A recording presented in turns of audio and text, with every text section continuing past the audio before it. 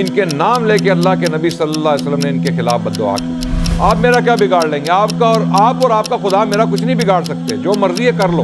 اللہ کے نبی کھڑے ہوئے صلی اللہ علیہ وسلم اور انہوں نے یہ الفاظ بیان کیے، اللہم علیک بقریش، اللہم علیک بقریش، اے اللہ آپ قریش سے نبڑ لیں، آپ میرا کیا بگاڑ لیں گے؟ آپ اور آپ کا خدا میرا کچھ نہیں بگاڑ سکتے، جو مرضی ہے کر لو۔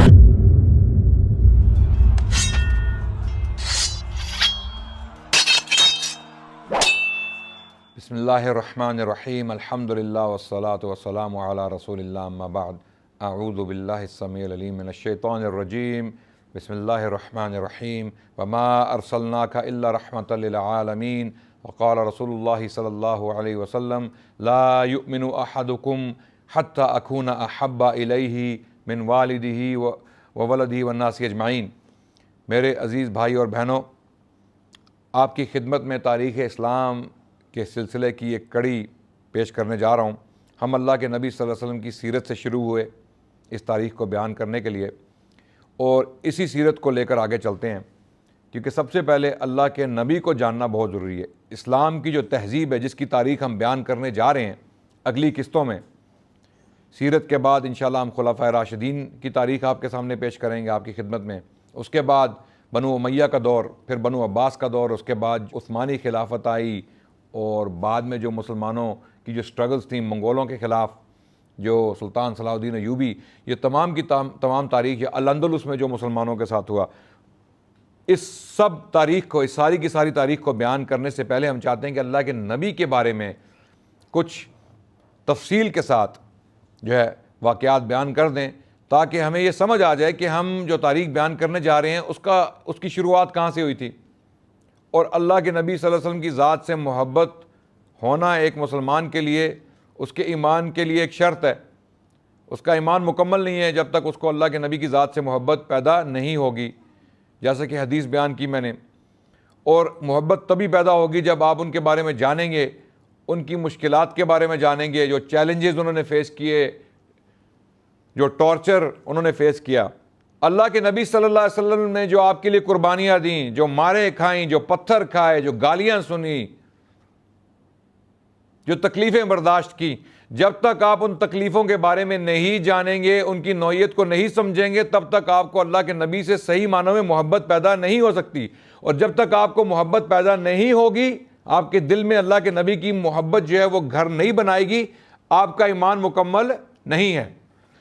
تو ہم بات کر رہے تھے کہ جو قریشیوں نے اللہ کے نبی پر ظلم ڈھانا شروع کیے، چوتھے سال، نبوت کے چوتھے سال، جب اللہ کے نبی صلی اللہ علیہ وسلم نے کھل کے مکے میں تبلیغ شروع کی، تو ان میں ابو لہب جو تھا، ایک ایسا شخص تھا جو اللہ کے نبی کا چچا بھی تھا، وہ سب سے آگے تھا ظلم ڈھانے پر۔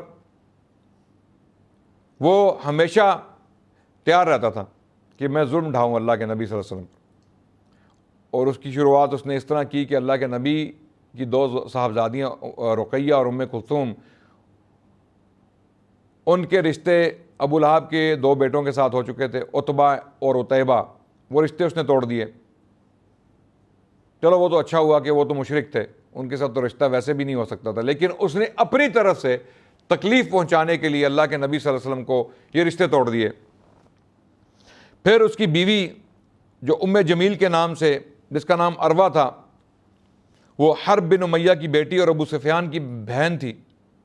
ابو سفیان جو بعد میں مسلمان ہوئے رضی اللہ عنہ، ان کی ہمشیرہ تھیں۔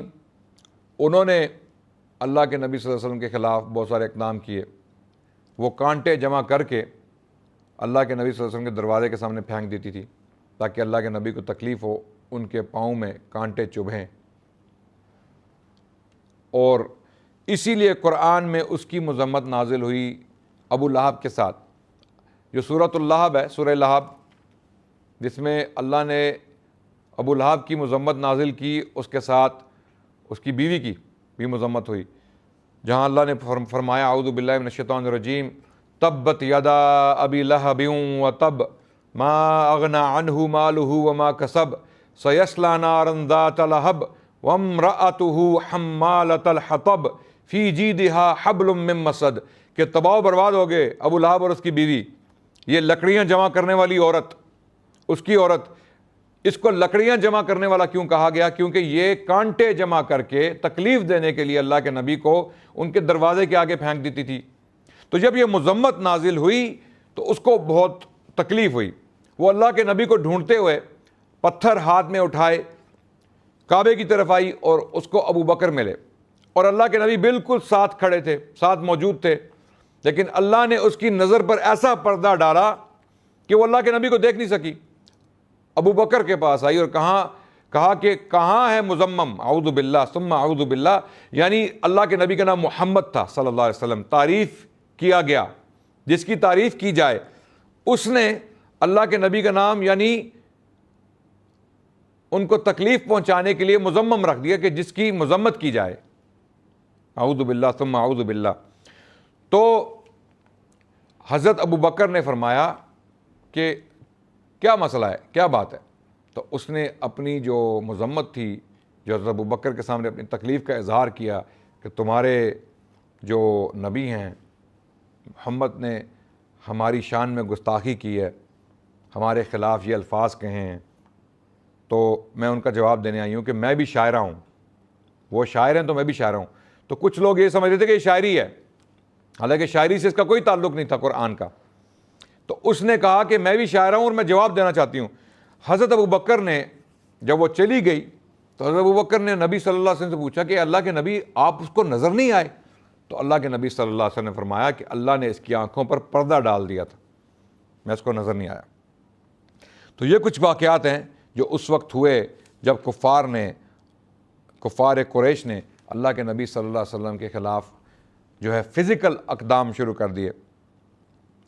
اب جو ہیں اللہ کے نبی کے پڑوسی تھے بہت سارے، اور سارے کے سارے دشمن، تمام کے تمام دشمن، یہ کون لوگ تھے؟ ابو لہب پڑوسی تھے اللہ کے نبی کے، حکم بن ابی العاص بن امیہ یہ بھی پڑوسی تھے، عقبہ بن ابی معیط یہ پڑوسی تھا، عدی بن حمراء ثقفی یہ بھی پڑوسی تھا، اور ابن الاسداء حذلی یہ بھی ایک پڑوسی تھا۔ یہ تمام کے تمام نبی کے دشمن ہو گئے اور انہوں نے نبی کو تکلیفیں پہنچانا شروع کر دی۔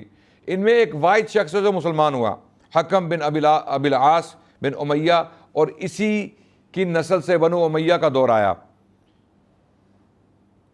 انہی کے بیٹے تھے مروان بن حکم، پھر آگے عبد الملک بن مروان، پھر ولید بن عبد الملک، سلیمان بن عبد الملک، پھر اس کے بعد عمر بن عبد العزیز، پھر ہشام بن عبد الملک۔ یہ بنو امیہ کے جو خلفاء تھے وہ حکم بن ابی العاص بن امیہ کی اولاد میں سے ہی تھے، جو شروع میں اللہ کے نبی کے دشمن تھے، انہوں نے اذیتیں پہنچائی اللہ کے نبی کو، بعد میں مسلمان ہو گئے۔ اور یہ تمام کے تمام رشتہ دار تھے ابو سفیان رضی اللہ عنہ، معاویہ رضی اللہ عنہ، یہ تمام کے تمام بنو امیہ سے تعلق رکھتے تھے۔ امیہ جو ہیں ان کے جو ہے جد امجد تھے، ان تمام کے، یہ کزنز تھے آپس میں۔ ان لوگوں نے مختلف طریقے اپنائے اللہ کے نبی کو اذیت دینے کے لیے۔ جب اللہ کے نبی اپنے صحن میں نماز پڑھتے تھے تو یہ جو مرے ہوئے جانور تھے جو مارے جاتے تھے خوراک کے لیے، ان کی اوجڑی یا ان کی جو گندگی تھی وہ اٹھا کے اللہ کے نبی صلی اللہ علیہ وسلم کا نشانہ بنا کے ان کے اوپر پھینکتے تھے۔ دیکھیں جب آپ پڑوسی ہوں، آپ کی دیواریں ملی ہوں، تو آپ آسانی سے چھت پر چڑھ کے یا دیوار پر چڑھ کے دیکھ سکتے ہیں کہ دوسرے گھر کے اندر کیا ہو رہا ہے۔ تو یہ ویسے بھی اللہ کے نبی کو تکلیفیں پہنچانا چاہتے تھے، اور سمپتی اللہ کے نبی کے لیے بہت کم تھی قریش میں، سوائے ابو طالب کی پروٹیکشن کے۔ اللہ کے نبی صلی اللہ علیہ وسلم کو اور کوئی پروٹیکشن یعنی دنیاوی پروٹیکشن، انسانی پروٹیکشن میسر نہیں تھی۔ مکے کے تمام لوگ، اکثر لوگ جو سردار تھے، جو بڑے انفلوئنشل لوگ تھے، وہ ان کے دشمن ہو چکے تھے۔ ابو طالب ابھی تک زندہ تھے، ابو طالب کی وجہ سے وہ لوگ رکے ہوئے تھے۔ سرداروں سے یہ اس لیے ڈرتے تھے کہ اگر ایک سردار اٹھ کھڑا ہوا اور اس کے بیٹے اٹھ کھڑے ہوئے تو پھر ایک جنگ چھڑ جائے گی، اور جب جنگ چھڑے گی تو حلیف قبیلے، ایک قبیلے سے جب جنگ چھڑے گی تو اس کے جو حلیف قبیلے ہوں گے وہ بھی آئیں گے، اور پھر ایک بڑی جنگ شروع ہو جائے گی۔ تو اس لیے وہ جنگ چھیڑنے سے ڈرتے تھے۔ تو ابو طالب سے ڈرتے ہوئے وہ اللہ کے نبی صلی اللہ علیہ وسلم کے خلاف کوئی ایسے اقدام نہیں کر رہے تھے جن سے جنگ چھڑ جائے، کیونکہ اللہ کے نبی کا تعلق بنو ہاشم سے تھا۔ بنو ہاشم بہت بڑا ایک گھرانہ تھا، اور بڑے بڑے مضبوط لوگ اس گھرانے سے تعلق رکھتے تھے. جس طرح آگے ہم حضرت حمزہ کا ذکر کریں گے. حمزہ ایک بہت بڑی شخصیت تھے مکے میں, بڑی رعبدار دبدبے والی شخصیت. اسی طرح ابو طالب بھی تھے, ایک بڑے رعبدار اور دبدبے والے شخص تھے. تو انہوں نے اللہ کے نبی کا نشانہ بنا کے گندگی ان کے اوپر پھینکنا شروع کر دی. اور کبھی کبھی جب اللہ کے نبی صلی اللہ علیہ وسلم کچھ پکنے کے لیے چولہے پر چڑھاتے تو وہ نشانہ بنا کر ہانڈی کے اندر گندگی پھینکتے. اسی طرح اوجڑی یا بکریوں کا جو بھی جانور ذبح کرتے کھانے پینے کے لیے, اس کی جو ریمینز ہوتی, ناپسندیدہ ریمینز, وہ ہانڈی میں پھینک دیتے. تو اللہ کے نبی کو بہت تکلیف ہوئی. کیا آپ امیجن کر سکتے ہیں اس طرح رہنا کہ آپ کے آس پاس سب لوگ دشمن ہو جائیں آپ کے؟ آپ اپنے آپ کو اس قسم کی سچویشن میں جو ہیں وہ امیجن کریں کہ آپ ایک گھر میں رہ رہے ہیں اور آپ اللہ کی طرف لوگوں کو بلا رہے ہیں اور لوگ آپ کو صعوبتیں جو ہیں وہ دے رہے ہیں, تنگ کر رہے ہیں. ہم تو اس سے چھوٹی تکلیف نہیں برداشت کر سکتے. یہ تو بہت بڑی تکلیف ہے کہ آپ سکون کے ساتھ اپنے صحن میں بھی نہیں بیٹھ سکتے, اللہ کی عبادت بھی نہیں کر سکتے, حالانکہ آپ اپنے گھر کے اندر ہیں. آپ کے کھانے کو برباد کر دیا جاتا ہے تاکہ آپ وہ کھانا بھی نہ کھا سکیں. تو آپ کے لیے بڑی تکلیفیں جو ہیں وہ آپ کو اٹھانی پڑی اللہ کے نبی صلی اللہ علیہ وسلم کو. تو اللہ کے نبی یہ گندگی اٹھا کر باہر گلی میں آتے اور فرماتے کہ اے بنو عبد مناف, کیا یہی تمہاری جو ہمسائیگی کا حق ہے؟ کیا تم اس طرح ہی ہمسایہ بنتے ہو؟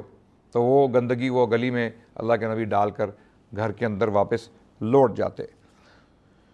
اسی دوران کچھ ایسے لوگ تھے بدبخت جنہوں نے اللہ کے نبی صلی اللہ علیہ وسلم کو اور زیادہ تکلیفیں پہنچانے کی کوشش کی. ان میں ایک عقبہ بن ابی معیط کے نام سے ایک بدبخت تھا جس کی مذمت ہوئی اور یہ بدر کے بعد مارا گیا. اس کی بھی تفصیل آگے آئے گی انشاءاللہ اللہ کے فضل سے. اللہ کے نبی صلی اللہ علیہ وسلم کعبے میں نماز ادا کر رہے تھے اور یہ حدیث بخاری صحیح البخاری میں پائی جاتی ہے, وہاں مروی ہے. حضرت عبداللہ بن مسعود اس کے راوی ہیں جو عینی شاہد ہے, جنہوں نے اپنی آنکھوں سے یہ واقعہ دیکھا کہ اللہ کے نبی صلی اللہ علیہ وسلم سجدے میں تھے کعبے میں. تو قریشی سردار جو ہیں وہ بیٹھے دیکھ رہے تھے اللہ کے نبی صلی اللہ علیہ وسلم کو سجدے میں. تو انہوں نے آپس میں یہ بات کی کہ کون فلانا گھرانہ جو ہے یا قبیلہ ہے, انہوں نے جو اونٹ مارا ہے اپنی خوراک کے لیے, اس کی اوجڑی کون اٹھا کے لائے گا. یعنی یہ گفتگو ہوئی کہ کوئی جائے اور فلانے محلے سے وہ اونٹ کی جو باقیات ہیں, اوجڑی ہے, اس کو اٹھا کے لائے اور اللہ کے نبی کے اوپر پھینک دیں. تو عقبہ بن ابی معیط, کچھ شیاطین جو ہوتے ہیں, کچھ شریر لوگ جو ہوتے ہیں, وہ چاہتے ہیں کہ وہ اپنے نمبرز بڑھائیں, کوئی ایسا کام کریں جس سے ان کے نمبرز بڑھ جائیں, رائٹ. تو وہ آگے بڑھا, اس نے کہا میں اٹھا کے لاؤں گا اور میں یہ کام کروں گا. تو عقبہ بن ابی معیط نے وہ خباثت اٹھائی اور جب اللہ کے نبی سجدے میں تھے کعبے میں, ان کی پیٹھ پر, ان کی پشت پر اونٹ کی اوجڑی گندگی جو ہے وہ لا کر ڈال دی اور اللہ کے نبی سجدے میں ہی رہے, سجدے سے نہیں اٹھے.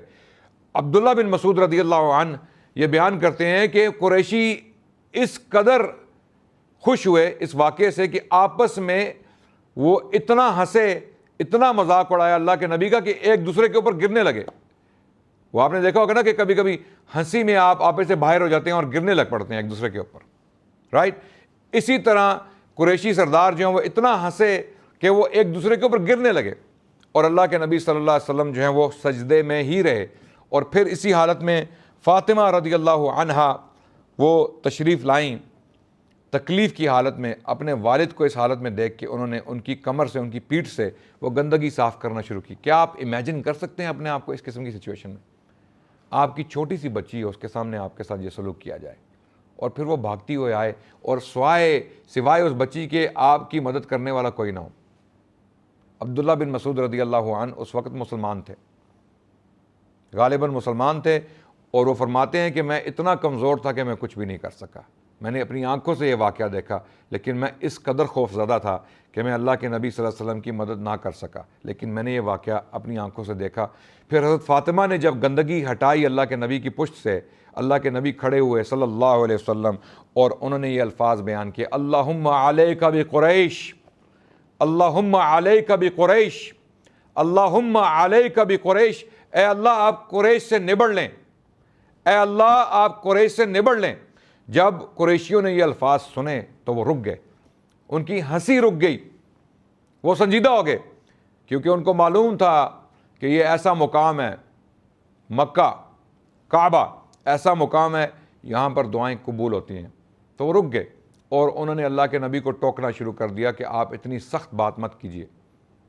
انہوں نے کیا کیا، اور جب اس کے نتیجے میں ایک ریاکشن آیا اللہ کے نبی سے، اللہ کے نبی نے ان کے خلاف دعا کی تو وہ ڈر گئے، کیونکہ ان کو بھی اندر یہ معلوم تھا کہ یہ شخص معصوم ہے، یہ بے گناہ ہے، اس کے ساتھ ہم ظلم کر رہے ہیں، اس کا مذاق اڑا رہے ہیں، اور یہ کوئی بری بات نہیں بتا رہا۔ اللہ کو قریشی مانتے تھے، وہ اللہ کو خدا مانتے تھے، لیکن خدا دوسرے معبود جو بنا چکے تھے بت، ان کو بھی مانتے تھے۔ تو انہیں معلوم تھا کہ اللہ کے نبی صلی اللہ علیہ وسلم کوئی بری بات نہیں بتا رہے ہمیں، تو اس لیے وہ گھبرا گئے۔ اور عبداللہ بن مسعود رضی اللہ عنہ جو ہے وہ فرماتے ہیں کہ پھر اللہ کے نبی نے نام لیے، ان قریشی سرداروں کے نام لیے۔ پہلے تو قریش کے قبیلے کا کہا نا کہ اللہ آپ قریش سے نبڑ لیں، یعنی آپ ہی ان سے نبڑیں، میں کمزور ہوں، میں اکیلا ہوں، میرے پاس وہ طاقت نہیں ہے جو ان کے پاس ہے، میرے پاس آپ ہی کا سہارا ہے، آپ ان سے نبڑیں۔ پھر اللہ کے نبی نے ان کے نام لیے کہ اللہ ابو جہل کو پکڑ لیں، اے اللہ عتبہ بن ربیعہ، شیبہ بن ربیعہ، ولید بن عتبہ، امیہ بن خلف اور عقبہ بن ابی معیط کو پکڑ لے، ان کے نام لیے۔ اور ایک اور نام بھی لیا جس کو راوی بھول گئے، لیکن یہ نام اللہ کے نبی نے ون بائی ون یہ نام لیے۔ پھر عبداللہ بن مسعود رضی اللہ عنہ فرماتے ہیں کہ میں نے اپنی آنکھوں سے انہی سرداروں کو مردہ بدر کے کنویں میں پایا۔ اللہ اکبر، یعنی ان کے نام لے کے اللہ کے نبی صلی اللہ علیہ وسلم نے ان کے خلاف بد دعا کی کہ اللہ ان لوگوں نے مجھ پر ظلم کیا، آپ ان کو دیکھ لیں، آپ ان کو پکڑ لیں۔ اور پھر اللہ کی پکڑ آئی۔ بدر کی جنگ کے بعد یہ سب لوگ قیدی ہوئے، کچھ تو جنگ میں مارے گئے، ابو جہل بھی مارا گیا، اور عقبہ بن ابی معیط تو قیدی ہوا، لیکن بعد کے جو دوسرے سردار تھے عتبہ بن ربیعہ، شیبہ بن ربیعہ، یہ تو مبارزت میں ہی مارے گئے۔ جنگ شروع ہونے سے پہلے جو 1 to 1 حضرت حمزہ، عبیدہ اور حضرت علی کے ساتھ 1 to 1 جو مبارزت ہوئی، جو جنگ ہوئی، جو لڑائی ہوئی، کیونکہ عرب میں یہ رواج تھا کہ جنگ ہونے سے پہلے بڑے بڑے واریئرز جو لڑاکے لوگ تھے وہ سامنے آتے اور چیلنج کرتے کہ تم میں کوئی ہے مرد کا بچہ جو آ کے مجھ سے لڑے، جو مجھ سے اکیلے لڑے 1 to 1، ہماری فوجیں تو بعد میں لڑیں گی، مجھ سے آ کے لڑو پہلے۔ تو یہ لوگ آئے، انہوں نے چیلنج کیے، عتبہ، شیبہ، اور پھر حضرت حمزہ، حضرت علی اور عبیدہ، یہ آئے اور انہوں نے ان تینوں کو مار دیا۔ تو یہ بدر کے کنویں میں جو ڈیڈ باڈیز تھی، ان کی جو مردہ جو لاشیں تھیں وہ پھینک دی گئیں۔ اور حضرت عبداللہ بن مسعود فرماتے ہیں کہ جن جن کے نام اللہ کے نبی نے لیے، جن جن سرداروں کے جو ایک دوسرے کے اوپر گرتے پڑ رہے تھے، ہنس رہے تھے، مذاق اڑا رہے تھے، اللہ کے نبی پر گندگی پھینک کے، ان کی جو لاشیں تھیں، جو مردار لاشیں تھیں، وہ میں نے بدر کے کنویں میں پڑی ہوئی دیکھی۔ یعنی اللہ نے اپنا کام پورا کر دیا، جو دعا اللہ کے نبی صلی اللہ علیہ وسلم نے کی تھی وہ قبول ہوئی۔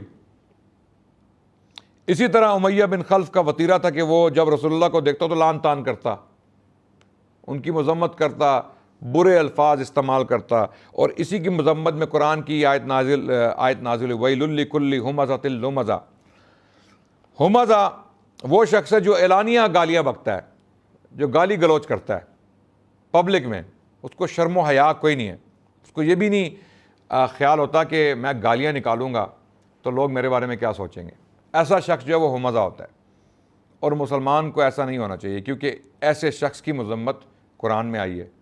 جو ہم ایزیلی گالیاں بکتے ہیں نا اپنے دوستوں کے ساتھ فیشن میں، بہت سارے ہمارے ینگسٹرز جو ہیں وہ اپنے دوستوں کے ساتھ جب ملتے ہیں، کسی محفل میں جاتے ہیں، تو کیا ہوتا ہے، او یار یہ، او یار وہ، او یار کے ساتھ بہت سارے ایسے الفاظ بھی آتے ہیں جو میں بیان نہیں کر سکتا۔ میں خود ان راہوں سے گزر چکا ہوں۔ میں نے بھی اپنی جو بچپن کا اور جوانی کا دور ہے وہ پاکستان میں گزارا ہے، مجھے پتہ ہے یہاں کی دوستیاں یاریاں کیسی ہوتی ہیں۔ ہم جب آپس میں ایک دوسرے کو ملتے ہیں تو ہماری گفتگو کیسی ہوتی ہے، یا تو کسی کے بارے میں بری بات کرنا، کسی کی غیبت کرنا، یا ہم ایسی گفتگو کرتے ہیں جو ہم کسی بڑے کے سامنے نہیں کر سکتے۔ ایسی گفتگو ہوتی ہے کہ کسی بڑے کے سامنے ہم وہ گفتگو نہ کر سکیں. کچھ تو ایسے بھی بدبخت ہوتے ہیں وہ بڑوں کے سامنے بھی کرتے ہیں, ان کو شرم نہیں ہوتی. لیکن ایسی گفتگو کرنے والے, گالم گلوچ کرنے والے, پبلک میں اعلانیہ لوگوں کے سامنے گالیاں بکنے والے, ان کو ہمزہ کہا جاتا ہے, جس کی مذمت قرآن میں نازل ہوئی, وَيْلٌ لِكُلِّ ہُمَزَةٍ لُمَزَةٍ. اور لمزہ وہ لوگ ہیں جو پیٹھ پیچھے برائیاں کرتے ہیں. تو امیہ بن خلف وہی شخص تھا جو اللہ کے نبی کو اعلانیہ برا بھلا کہتا تھا اور پیٹھ پیچھے بھی ان کی برائی کرتا تھا.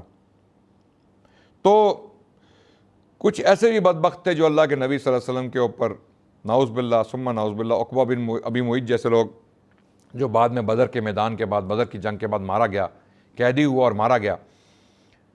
اس نے اللہ کے نبی پر تھوکا بھی.